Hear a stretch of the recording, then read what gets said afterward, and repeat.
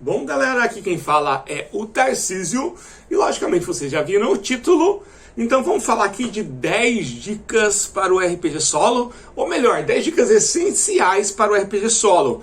Depois de tantos anos produzindo conteúdo e recebendo feedback da galera, assim, eu acho que essas 10 coisas, elas realmente precisam ser pelo menos pensadas para quem vai jogar solo, para quem vai começar a jogar solo, para quem está jogando solo.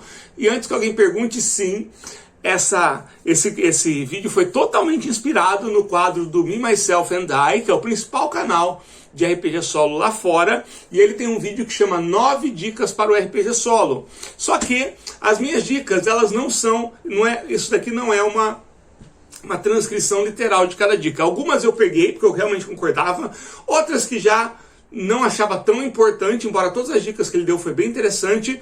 Outras eu coloquei a minha impressão a partir do feedback que eu fui recebendo por causa do canal, por causa da comunidade, e coloquei uma a mais, então tenho 10. Então você bota aí que umas 5 são iguais a do vídeo lá, que eu gostei muito, e outras 5 são diferentes. Então, para quem já acompanhou lá, pode ficar aqui que vai ter coisa nova. Para quem ainda não acompanhou, depois desse vídeo vale a pena ir lá no canal do Me, Myself and I e dar uma olhada nisso, tá bom? Então vamos lá. Vou colocar aqui, tá bom? Pegue um sistema que você realmente goste. Então a primeira coisa é isso. Aliás, vou complementar. Pegue um sistema que você realmente goste e conheça. Esse é principalmente importante para quem está começando no solo. Então, a gente tem duas opções. Tem RPGs que já são RPGs focados no solo, ou jogos focados no solo, como Ronin, como Nômades, como o Inferno, como os jogos da 101 Games. Ou seja, você só precisa desse material, ou você tem a opção de pegar um RPG tradicional, como Dungeons & Dragons, Tormenta, GURPS, Vampiro, e jogar utilizando ferramentas como oráculos, simuladores de mestre.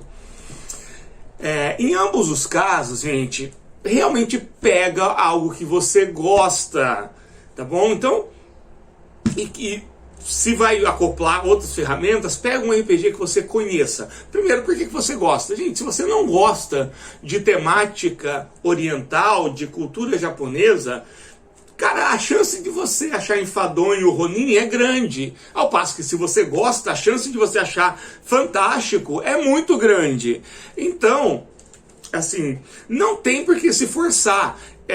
Isso vale até para o RPG em grupo. Gente, eu já vi relatos aqui no YouTube, em blogs e podcasts, de gente que ficou 2 anos jogando um jogo que não gostava só porque era D&D, sabe? Eu tenho amigos, eu tive amigos no passado, né, que jogavam D&D só porque era D&D, os caras não gostavam.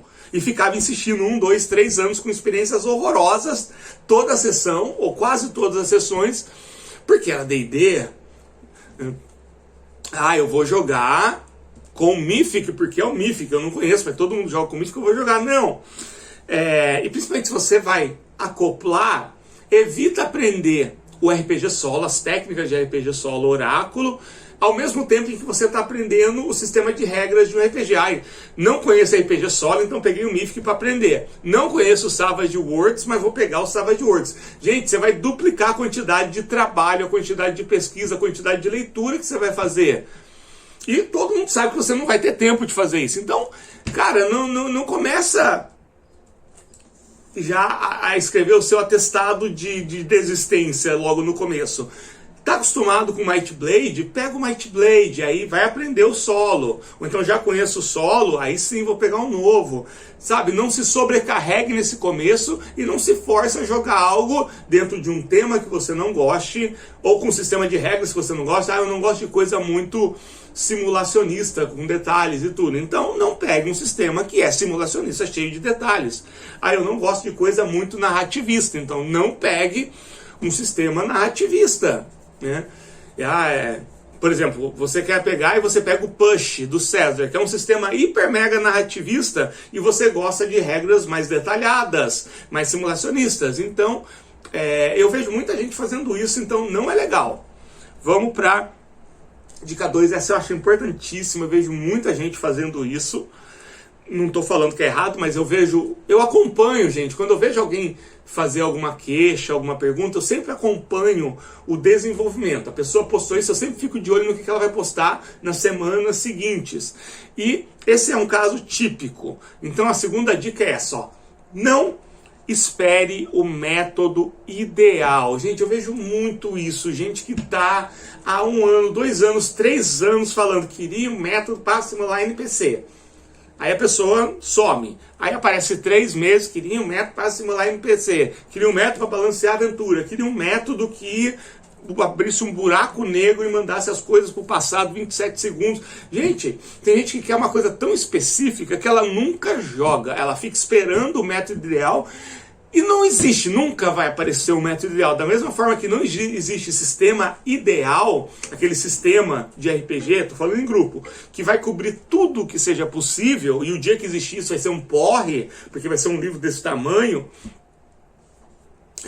Nunca vai existir um método solo ideal, nunca vai existir uma forma de adaptar a aventura pronta que seja ideal, que seja precisa, nunca vai existir um método que faz você jogar a aventura pronta como se fosse em grupo, porque você está solo e não em grupo. O que vai existir é o método ideal para você. Então, o único jeito de você encontrar o seu método ideal é ler e jogar, e não ficar esperando esse método aparecer, porque ele não vai aparecer. Eu falo por experiência própria. Todo mundo que estava esperando o método ideal 5 anos atrás, quando eu comecei, 5, né? Já vai dar 6 anos, ou mais, né? Vai dar 7 anos. Há 7 anos atrás, quando eu comecei o solo, esse pessoal está esperando o método ideal até hoje. E acredita que tem gente que não jogou desde aquela época. O cara se interessou pelo solo, ele ficou acompanhando tudo e ainda não jogou porque o cara está esperando surgir o método ideal para simular NPC, o cara está esperando surgir o método ideal para adaptar a aventura pronto, o cara está esperando o método ideal para balancear encontro, o cara está esperando... Gente, não! Aí eu gosto sempre de citar uma pessoa que amava Ironsworn, mas ela nunca jogava, porque ela sempre estava esperando o método ideal de bolar uma campanha. Então, passou 1 ano a pessoa empolgadíssima com Ironsworn, mas não jogava. Passou 2 anos a pessoa empolgadíssima com Ironsworn, mas não jogava. Então, cara, a menos que a sua experiência, que o que você quer, ficar empolgado com algo, sem necessariamente jogar, cara, não fique esperando o método ideal. Conheça o método, se ele tiver 1, 2 pontos que te interessam, testa ele, põe na mesa. Aí, depois que você jogar 1, 2 vezes, anota o que você gostou. Esse método eu gostei da resposta de sim ou não. Anota lá. E deixa registrado numa folhinha que método que é esse. Aí vai no outro método, anota o que você gostou. Não gostou nada? Não anota nada, não testa mais, mas você precisa testar. Aí anota, desse método, eu gostei da forma que ele lida com encontros. Balanceamento de encontros método é legal, anota lá. Pega um terceiro método, joga e anota o que esse método tem de bom para você. Esse terceiro método eu gostei da forma como a cena é estruturada. E no final de 5 métodos você vai ter uma série de coisas que você gostou que você vai poder usar tudo junto.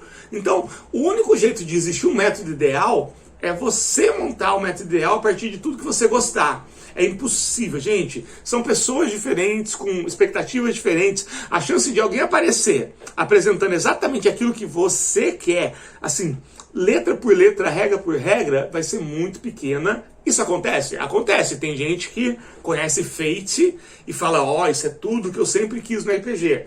Tem gente que conhece Power by the Apocalypse e fala, isso é tudo que eu sempre quis. E isso aconteceu comigo, por exemplo. Durante muito tempo, o 3DT, ele tinha tudo que eu sempre quis. Ele tinha um descompromisso, ele tinha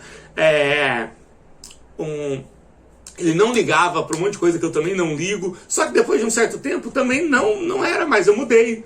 Aí depois teve uma época que eu conheci o Mythic, né, o método solo e tanto o sistema de regras, que durante uns 2 anos era tudo que eu queria, era o meu método ideal. Depois eu cansei. Então mesmo que você encontre o método ideal, a chance de depois de um tempo você querer outras coisas é grande.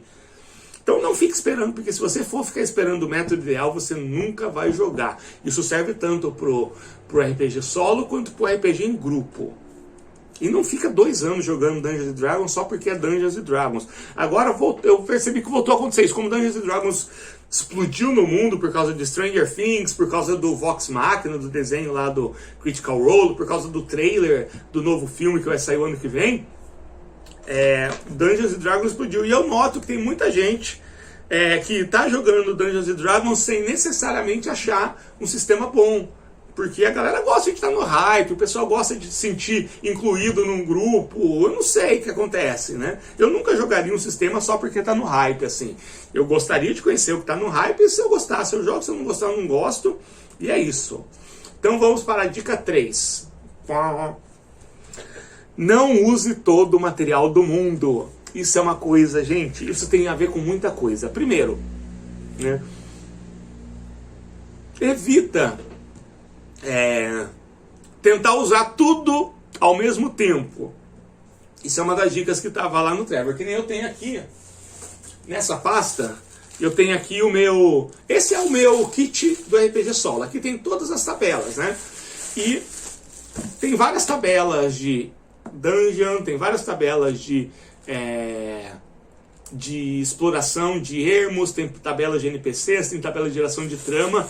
Só que eu não uso tudo isso ao mesmo tempo. Quando eu vou jogar uma sessão, para aquela sessão eu seleciono uma tabela de cada coisa.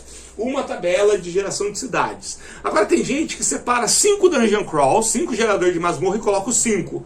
E aí o cara ele fica o tempo todo perdido sobre qual usar, qual não usar. É o mesmo problema, gente, de quem quando vai começar no solo, baixa de uma vez só 40 PDFs de 40 jogos. A pessoa nunca vai ler nem um terço disso e não vai jogar nem um terço de um terço que leu. É horrível. Né? É horrível, assim, parece uma coisa legal, mas não é. Né? Então, para jogar, gente, não adianta você querer separar todo o material do mundo. Então, separa o mínimo para começar. E depois, conforme for surgindo a necessidade do jogo, você vai. Então, tá aqui, surgiu uma cidade. Eu gostaria de saber mais sobre essa cidade. Mas eu não quero usar oráculo simples, não quero decidir as coisas. Já vamos chegar nisso.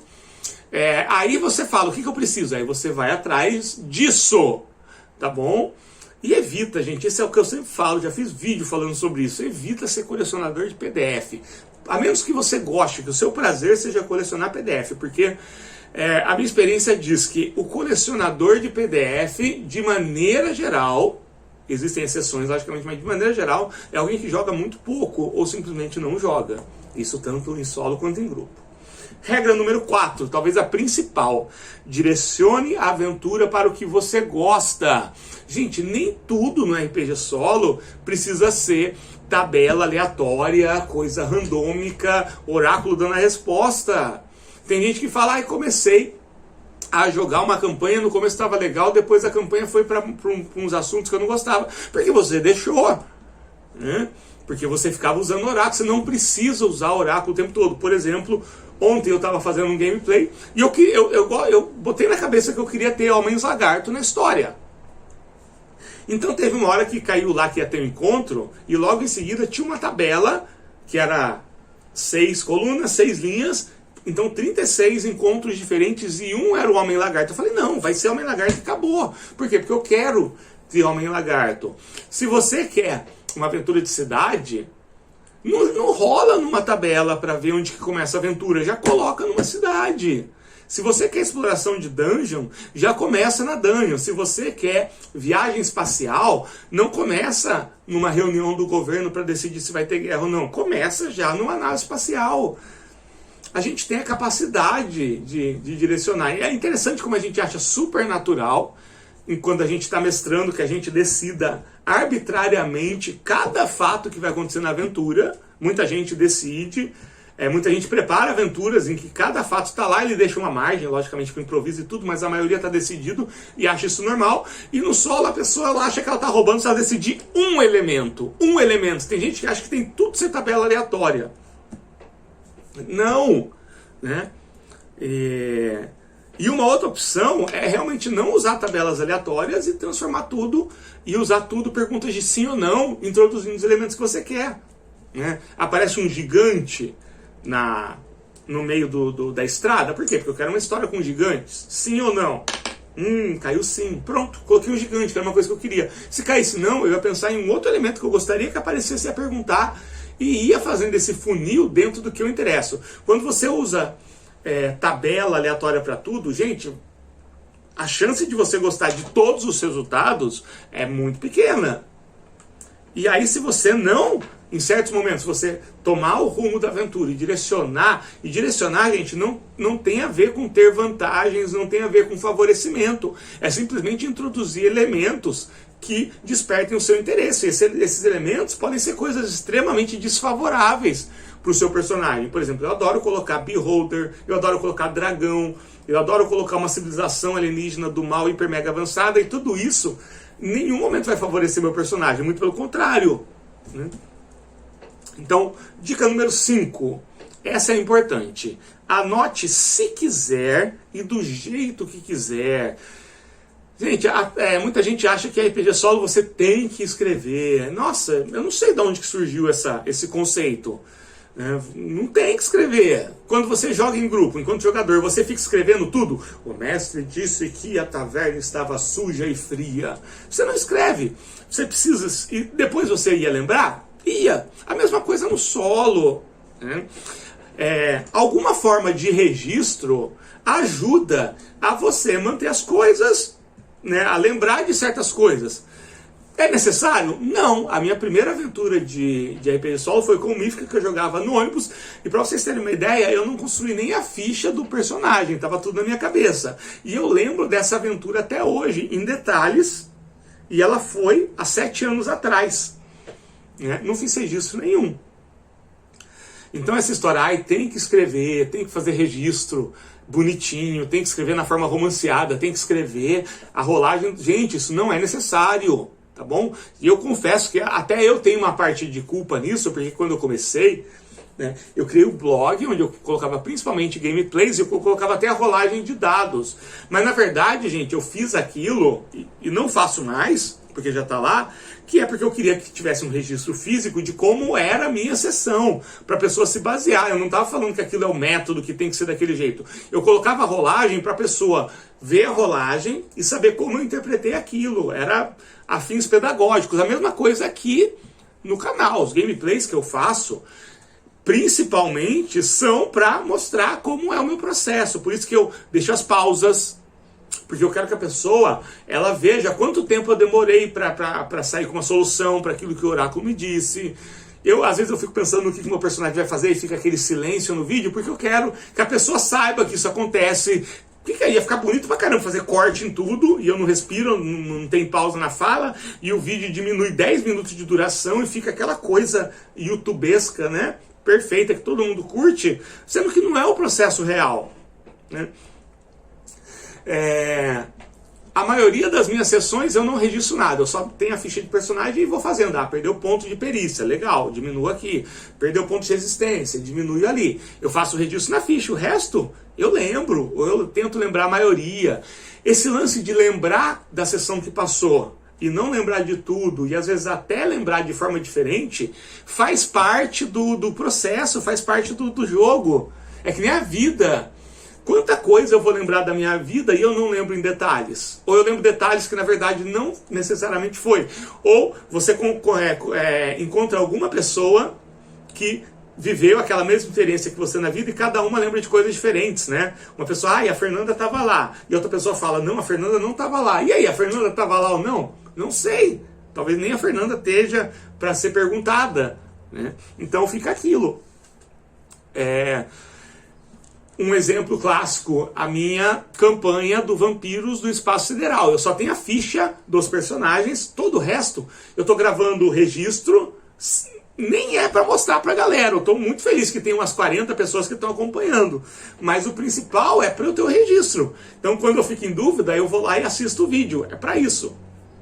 Tem vezes que eu simplesmente aperto o REC de um gravador de voz e vou falando e depois eu escuto, depois que eu escuto eu deleto. E na maioria das vezes eu só faço anotações na ficha. Então, essa história de que você precisa fazer registro, de que o registro tem que ter desenho, de que tem que ser pintado, de que tem que ser em papel quadriculado. Não, gente, pelo amor de Deus, né? Você não faz isso num jogo em grupo, logicamente ele não vai ser uma necessidade num jogo. O registro, ele ajuda. Ele ajuda. Tanto é que tem aqui, né, o meu caderno de registro, que eu fiz justamente para manter o registro de algumas coisas importantes. Mas se você for ver aqui dentro desse material, é coisas poucas. Você não vai escrever um conto. Você vai escrever o nome do NPC, a profissão dele. Você vai escrever onde se passa a cena, na cidade de Bri. Pronto. Né? Está longe de ser um método de composição literária. 6 é importante. Gente, é uma coisa que é muito comum em filmes. Se você for pegar Star Wars, ele começa com um texto, lá de umas 40 linhas, falando da situação do negócio, corta e já está no meio de uma nave com tiroteio e rebeldes com informação. Ele começa no meio da ação. Se você pegar Harry Potter, a primeira cena é logo depois que o Bruxo das Trevas morreu e o que eles estavam fazendo para garantir que as consequências daquilo fossem menos danosas, protegendo o Harry. Se você pegar Piratas do Caribe 2, começa com o Jack Sparrow saindo de um caixão, pegando um osso e remando em direção ao navio dele, e não tem explicação nenhuma, pelo menos nesse começo, do que estava acontecendo. E depois fala, mas não mostrou o que aconteceu. Então, começa a cena, pelo menos a cena inicial, já no meio de uma ação. Tanto é que o meu material Mestrando no RPG Solo tem até uma tabela para você rolar nisso. E outra, entre uma cena e outra, você não precisa seguir a sequência cronológica. Tem gente que parece que, não, você pode, a cena terminou com os personagens entrando na taverna, porque eles queriam uma informação. A cena seguinte pode começar já com os personagens saindo, correndo da taverna, porque alguma coisa deu errado. Você não precisa explicar e saber o que deu errado. A gente não precisa ter todos os antecedentes, que é uma coisa que eu sempre falo, que eu acho muito estranho a galera do RPG que gosta de explicação para tudo. Sabe, o cara quer montar um cenário e ele quer explicar cada detalhe. Por quê? Porque a vida não é assim, gente. A vida não é assim. Aqui do lado do meu apartamento tem um fio e tem uma parte do fio que tem 4 tênis amarrados pelo cadarço pendurado. Eu não faço ideia como aquele tênis com o cadarço foi para lá, ainda mais porque 4, sendo que 2 deles estão novos. Sabe? Eu não faço ideia, toda vez que eu olho eu me pergunto, e eu nunca vou saber. Aí o cara vai montar um mundo de fantasia, o cara ele cria explicação porque tem 4 tênis pendurados. E há muito tempo atrás um garoto chamado Robert ficou doente e prometeu que se o mago da vila curasse ele... Gente, né? Não, aqui tem Beholder, porque há 1.500 anos atrás abriu um portal que transportou... Você não precisa ter explicação para tudo. Você gosta de explicação para tudo? Legal, mas se isso é uma necessidade, eu não sei como você está vivendo, porque tem muita coisa. O universo, se você juntar matéria escura e energia escura, dá quase 80% do universo. E até hoje a gente não sabe direito o que é matéria escura e o que é energia escura. Ou seja, mais de 80% do universo, acho que até mais, a gente não faz ideia do que é. E você está vivendo um universo assim, né? E você está vivendo bem, de maneira geral. Tenho certeza que você está vivendo bem, que os seus dias felizes ou alegres ou com certo contentamento são genuinamente maiores do que os dias de estresse e tudo mais. Ou talvez não seja, mas você está vivendo. Então para de querer explicar tudo. Mas o Tolkien explicou tudo. Não explicou tudo, não. Né? Os Magos Azuis, e aí? Né? Qual é? Deixa eu ver o que mais. O Tom Bombadil, exatamente. Quando você lê Senhor dos Anéis, você sabe o que ele é exatamente? Não. Mas eles... Depois. Tem muita coisa que aparecia nos livros que até o Tolkien ia explicando depois, e tem muita coisa que não está explicado. Né? Então, gente, para com essa história aí, né? Não faz sentido nenhum. Que é justamente a dica 7, né? Não tente explicar tudo, porque assim como a vida e o mistério, ele pode gerar tramas, por exemplo. Do nada, você entra numa masmorra e do nada tem um avião lá. Você não precisa explicar, não precisa estar, você encontra um pergaminho dizendo que existe uma civilização numa outra dimensão. Não, deixa o avião lá. Né? Aí, depois que terminou essa masmorra, de repente o personagem fala, caramba, cara, eu preciso saber de onde que veio aquele objeto. Ele não sabe que é um avião, porque ele está no mundo medieval, por exemplo. E aí pode ser toda uma nova história do cara tentando descobrir de onde que veio o avião. 8. Dica 8. Alterne conflito com calmaria. Também não precisa ser um ritmo frenético o tempo todo, conflito social, mental, né, filosófico. Não! Então, é por isso que tem aquela técnica que eu já abordei aqui, que é a técnica do slow play. Principalmente depois de cenas muito frenéticas, toma um tempo para explorar o ambiente, faz mais perguntas por oráculo, decide mais coisas. Então faz essa alternância entre conflito, calmaria, conflito, né? Que é um conceito que existe em tudo, que é o yin e yang, que é o arsis e teses da música, né? A tensão e o relaxamento. Isso gera uma dinâmica, porque enquanto tá a cena lá mais calma, você sabe que em algum momento vai acontecer alguma coisa que vai destruir essa calma e vai exigir mais coisas, e vai ter uma situação de conflito. Ao mesmo tempo, você cria esse arco narrativo em que você sabe que a situação de conflito vai se resolver. E esses momentos de calmaria são importantes até pra gente fazer pausa. Não tô com vontade de jogar, então, mas termina pelo menos no fim de um conflito, que é como seria o fim de um arco ou um fim de um episódio, né? Tem gente que vai colocando conflito atrás de conflito, depois de 2 meses a pessoa para e ela olha para trás e ela vê que a história não caminhou para lugar nenhum. Foi tipo uma Olimpíada do Faustão, para quem é mais velho de guerra, e no final a pessoa, quando faltava um passo para completar, veio uma bola, bateu nela, ela caiu. Vai ter essa mesma sensação. 9 e 10 talvez sejam os mais importantes. Então o 9 é: insista e tenha a experiência. Gente, as primeiras vezes em que se joga RPG solo, a chance de ser algo mais lento, mais truncado, com dúvidas, é grande. Da mesma forma que muita gente, quando começa a jogar RPG em grupo, também tem dificuldade na primeira hora, né? Nas primeiras 2 horas ou nas primeiras 2 sessões. Até entender a ficha de personagem, até saber exatamente o que você pode e o que você não pode fazer. Quem está começando agora no RPG solo, tem gente, principalmente galerinha mais nova, tem dificuldade de saber exatamente qual que é a função do mestre, qual que é o do jogador, né? Se é um jogo em grupo, logicamente. No solo, sendo que é uma modalidade muito menos difundida e que provavelmente a pessoa realmente não teve contato, as primeiras sessões elas vão ser estranhas, né? A pessoa vai falar: mas eu que estou criando isso, não sei o que tem, já vejo muito falar, né? Ou então, tenho a impressão de que o que eu decido não resolve nada, é só os dados.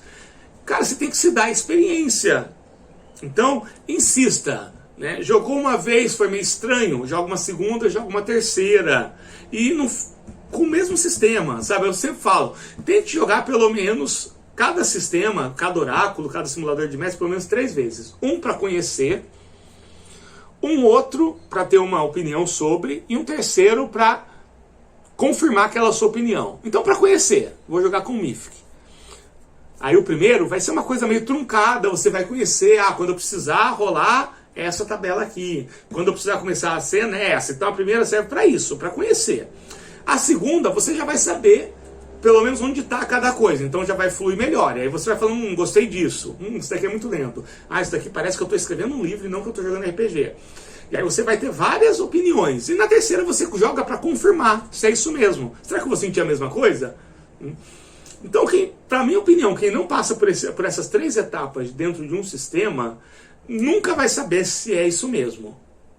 E eu vejo gente que começa e depois de 10 minutos já para. Tem gente que nem experimentou RPG solo e fala que não gosta. Gente, é que nem criança, sabe? Me desculpa, mas quem age assim é que nem criança que vê o brócolis no prato, nunca comeu brócolis na vida, fecha o braço. Eu sei que eu tenho 2 filhos pequenos e fala, não quero. Meu filho fala, não quero. Meu filho de 3 anos. Gente, quem vê uma coisa e já fala, não gosto, não vou tentar, não... e ainda sai nas redes sociais falando que aquilo é uma bosta, que é o que eu vejo muita gente falando de RPG solo, tá agindo que nem criança de 3 anos com brócolis, tá? Você é uma criança de 3 anos que não quer comer brócolis, por que não? É isso. E o 10 é aquilo. Talvez, né? Tá aqui, ó. Saiba reconhecer os sinais de que o solo não é sua praia. Também tem essa, né? Da mesma forma que tudo na vida, algumas coisas a gente vai gostar, outras não, por afinidade. O fato de eu não gostar de algo não quer dizer que eu não tenha afinidade com aquilo. Por exemplo, já faz vários anos em que eu não gosto mais de música clássica. Eu estudei música clássica a minha vida inteira, né? Minha formação é em violão erudito e eu simplesmente não gosto mais de música clássica. Reconheci isso. Não quer dizer que eu não acho que não é boa. Música clássica é extremamente complexa, musicalmente falando é riquíssima, tem elementos extremamente interessantes e mesmo assim não é minha praia, não é mais a minha praia. Eu reconheço isso sem desmerecer a coisa. E eu acho que falta isso um pouquinho para algumas pessoas. Tem gente que fica insistindo o tempo todo, e tá claro que aquela pessoa ela tá querendo uma experiência de grupo tradicional, né?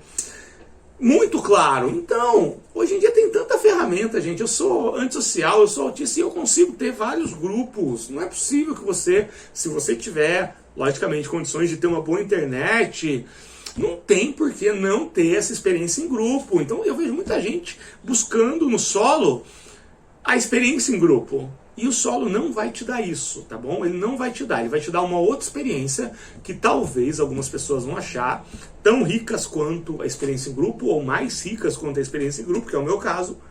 Eu acho isso. E tem pessoas que não, tem pessoas que estão sentindo falta da experiência em grupo tradicional, do mestre, das conversas, das risadas, das piadas. Então, isso você não vai achar no solo. Então você tem que ter maturidade para duas coisas, para reconhecer isso. O solo não é tua praia, cara. Da mesma forma que tem gente dentro do solo que chegou à conclusão que grupo não é a praia dela. Eu já tive isso, eu confesso. Que só de 2 anos pra cá eu voltei a sentir vontade de jogar em grupo. E hoje em dia, pra mim, né, se você pegar até alguns vídeos de 6 meses, 7 meses atrás, eu até falava que grupo também não é minha praia. E hoje em dia eu posso dizer que eu resgatei muito do gosto de jogar em grupo, né, realmente. Mas durante muito tempo não foi. E eu sei que tem gente do RPG solo que realmente não curte mais jogar em grupo, né? Tem gente que não gosta de jogo eletrônico, RPG eletrônico, é o meu caso.